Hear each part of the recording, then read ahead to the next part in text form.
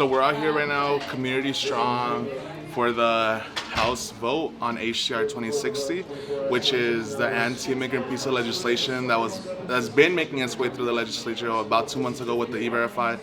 It's a strike-through amended bill now, regardless of the same harmful and hateful language.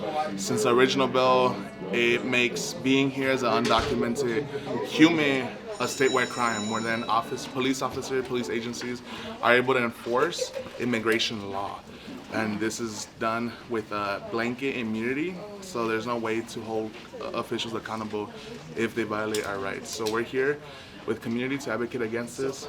We know that this bill is unfortunately going to pass, and really the next question is, what are we going to do about this?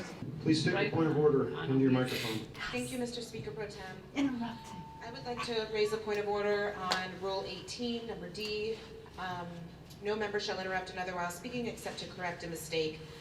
Respectfully, Mr. Speaker mentioned that that we were reading the wrong bill and that there is no immunity. However, if we go ahead and look at the actual language of the Senate engrossed version, page 7, line 9 is where the section begins about complete civil immunity for state and local public entities, officials, employees, and contractors in the process of enforcing HCR 2060. So respectfully, the Speaker is inaccurate in that statement.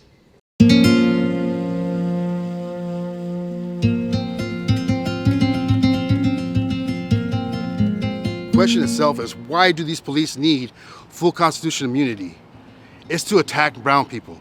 You know, it's not attack the Scandinavian person or the Canadian person that comes down here as a quote-unquote snowbird. You know, they can pass, you know, they get to drive around freely, have out-of-country plates, have international plates, and they don't get questioned at all. But us here as citizens in the brown and black communities, we do get stopped, we do get questioned.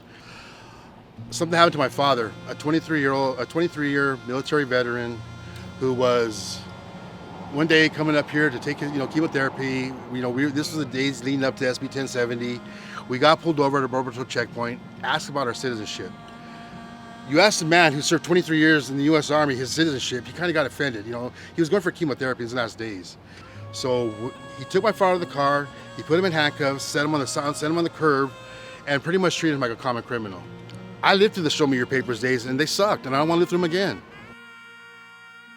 Prop 314 will allow officers to harass and racially profile people in my community like Barrio Hollywood.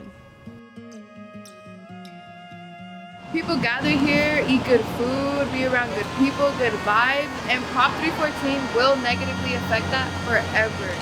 Paid for by Victory PAC, not authorized by any candidate or candidate's agent. Major funder FPR Inc.